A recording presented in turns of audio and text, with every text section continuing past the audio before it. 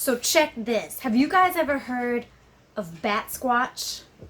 It's your girl, Michelle Jones here with the second day of the 31 days of Halloween. I hope you guys are as excited as I am for this very odd video that I'm about to do for you guys. As I mentioned earlier, a whole 5 seconds ago, have you guys ever heard of BatSquatch? So, little fun fact about me, I was actually born in Tacoma, Washington. I don't remember Tacoma, Washington at all because I think before I even turned 1, we moved back down to Texas, and I have lived in Texas my entire life. I do plan on visiting Washington someday and seeing it because everyone says I would appreciate the Washington-ish atmosphere more. I don't know what that means, but okay. But one of these little fun facts about Washington and a few areas up north as well as Texas, there have been local sightings of something that is so lovingly referred to as BatSquatch. And we're going to get into that now. In the 1980s, in Washington state, there was a massive volcanic eruption at Mount St. Helens, and it did take some people's lives, as well as kind of begin this string of sightings of a very odd creature that we lovingly refer to now as BatSquatch. Now, one of the first major sightings of this creature didn't occur until almost a decade after that volcanic eruption, but that sighting took place in 1994 by a man named Brian Canfield. And as we'll see with a lot of the sightings that I'm about to discuss with you guys, most of these sightings occurred with people driving home, usually in the evening or late at night. So again, we have to take a lot of these reports with a grain of salt, because if you're tired, if you're sleep deprived, or if you're driving at night, period, your eyes can kind of play tricks with you sometimes.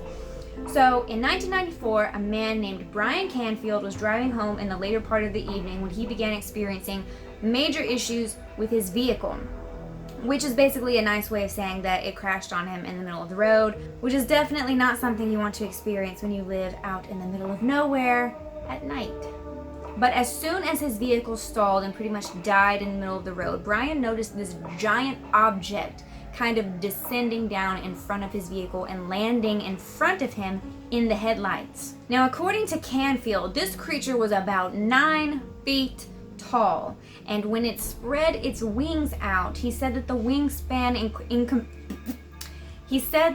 creature's wingspan reached from either side of the road. Now, even if this is just a 2-lane highway, that's still insanely large for any kind of winged bird or creature, right? Now, Canfield said that he could feel and kind of experience the sensation of this creature staring at him. Not that it was just staring at his truck, but that it was looking directly at him. And while he didn't report feeling threatened by the creature, he did say that he felt very out of place, like he was witnessing something that he shouldn't have been, which is kind of a common theme in most sightings like this. Now, Brian said that this creature was covered in fur and had yellow piercing eyes. And while he said that the head shape reminded him of a wolf or some kind of canine, he did not see any glimmering of teeth or fangs or anything like that.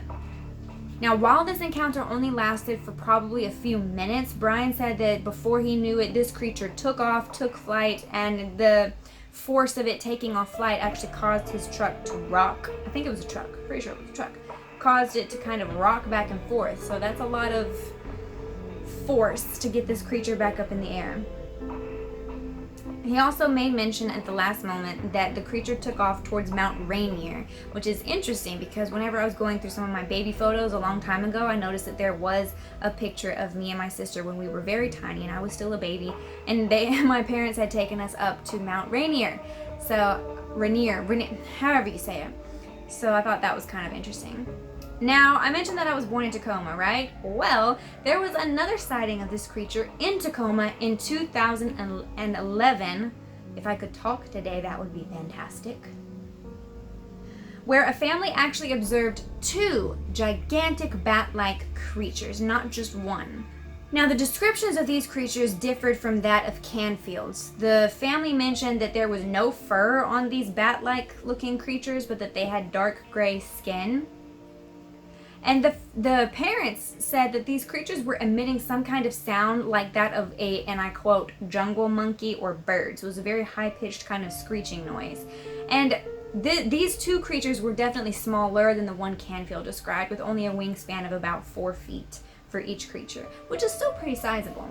Now, another man by the name of Butch Whittaker claimed to have seen the creature near Mount Rainier also, while he was actually flying his plane. And there was another report around 1998 of a logger, trucker, or whatever you call them, claiming that he had actually hit one of these creatures with his truck. But at the time, that was pretty much ruled as a hoax. Nobody had any kind of physical evidence. There was no blood or anything like that to prove that he did actually hit any of these creatures.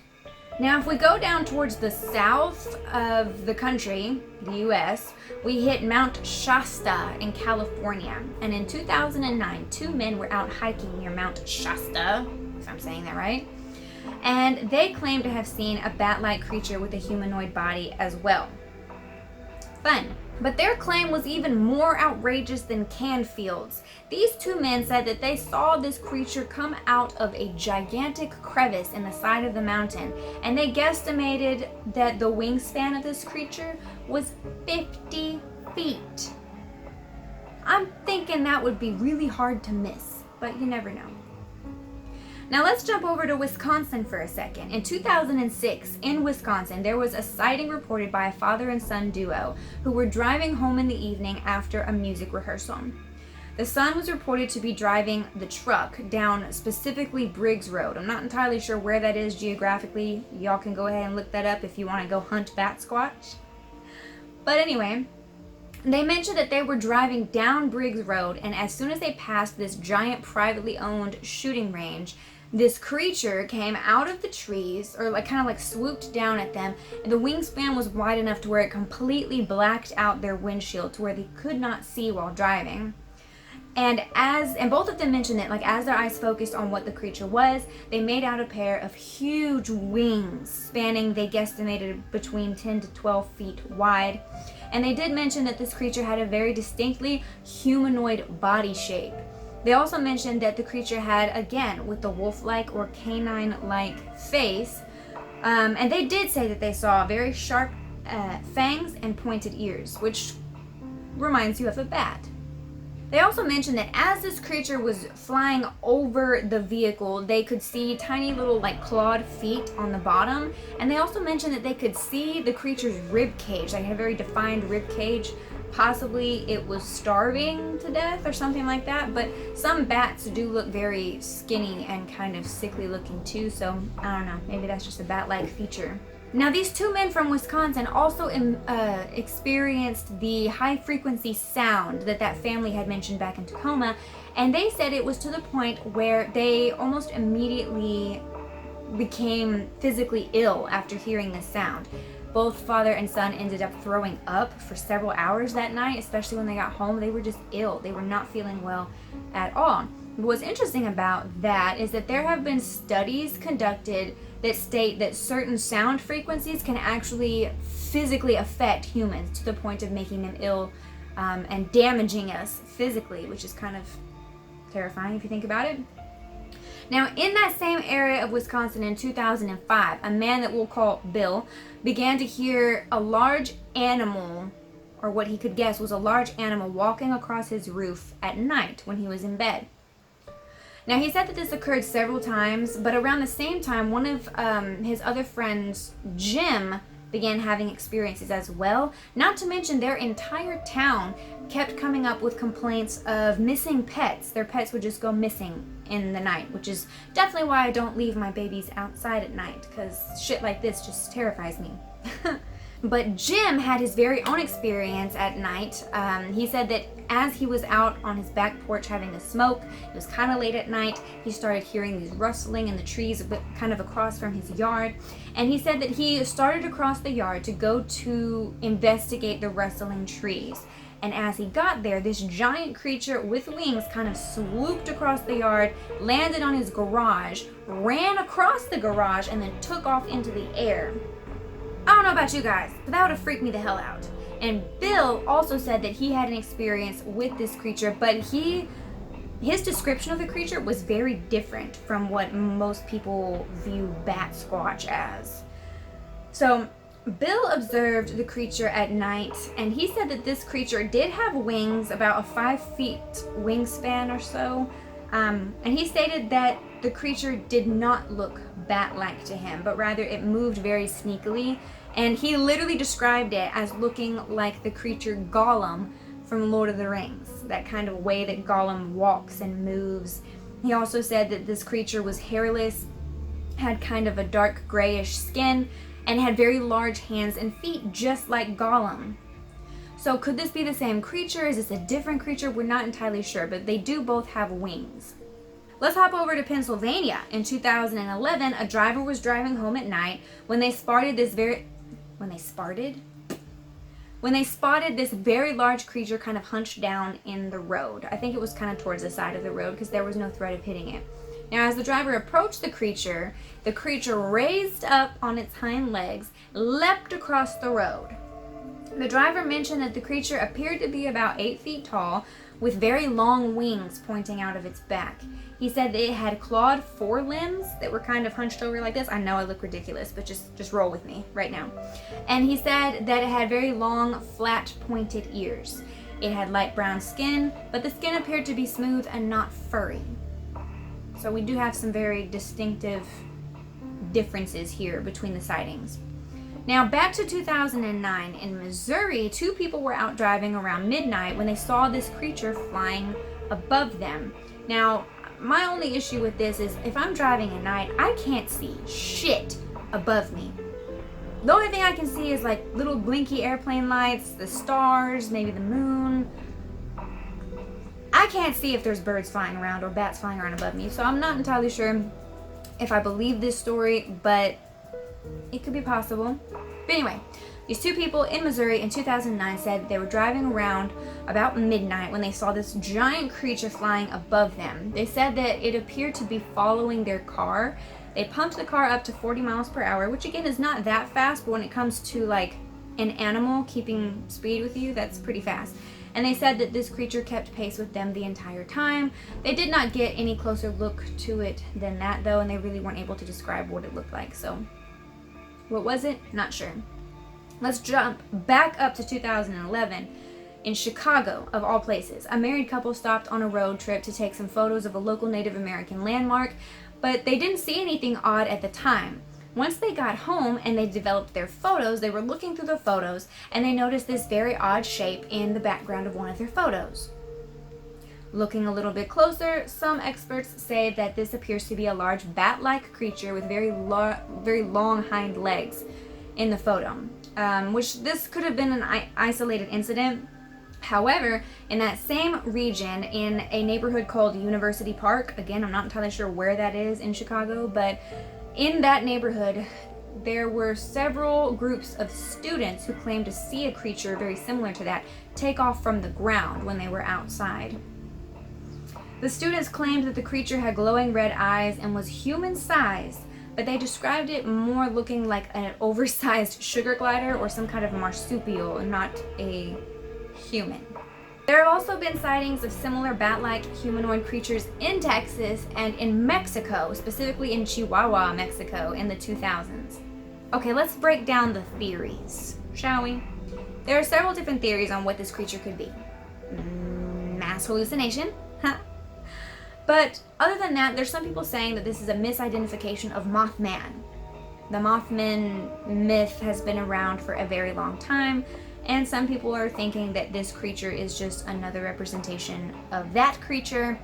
There do seem to be some links between disasters, usually natural disasters, and sightings of this creature, but they're not always linked. With the Mothman theory, most people believe that they are predictors of some kind of huge natural disaster. But with these bat-like, BatSquatch creatures, it usually seems that the sightings take place after a huge natural disaster, usually years afterwards too. So we can't really say that those two things are linked between these sightings and a natural disaster. There are some other factors that point towards like interdimensional creatures or aliens or something like that. With Canfield's story, I found it interesting that he had car trouble right before seeing this creature, because that is a common report for when people see aliens or become abducted and things like that. So that I found to be kind of interesting. But again, that was only one time out of all the different sightings that we've read about today, so we can't really say that that's a correlation. The idea of interdimensional creatures that kind of break into our realities at certain times, like wormholes and stuff like that's interesting to me. I think theoretically that would probably be, if these things are real at all, that would probably be a good working theory, just because we are learning a lot about like quantum physics and this and that and the different dimensions. And don't ask me to go into detail about all of that, because it's kind of like way above my head. But the more studies people do on things like that, the more it seems to be that could be a probable explanation for things like Bigfoot sightings and sea serpent sightings and, you know, all these different cryptozoology issues. You know, we never find the bodies, we never find this, we never find hard factual evidence of them existing. It could potentially be that they are interdimensional creatures. They don't really belong in this dimension, but sometimes you hit a place in the right spot at the right time, things cross, and you see something you weren't supposed to see. I don't know. What do you guys think about BatSquatch? Do you think that this is a real creature? Do you think it's just random sightings? Do you think people just get bored and they make up shit? What are y'all's opinions? Don't be shy. Put them down in the comments below. Don't be rude either, because some people really want to believe in cryptozoology and other people could care less. I'm all for a healthy dose of skepticism, but don't be an asshole about it, okay? So be sure to comment down below, what do you think? If you have any more sightings or evidence or any kind of stories about BatSquatch specifically, please let us know down below. I hope you guys are enjoying the videos for October, and I will see you guys tomorrow for day 3.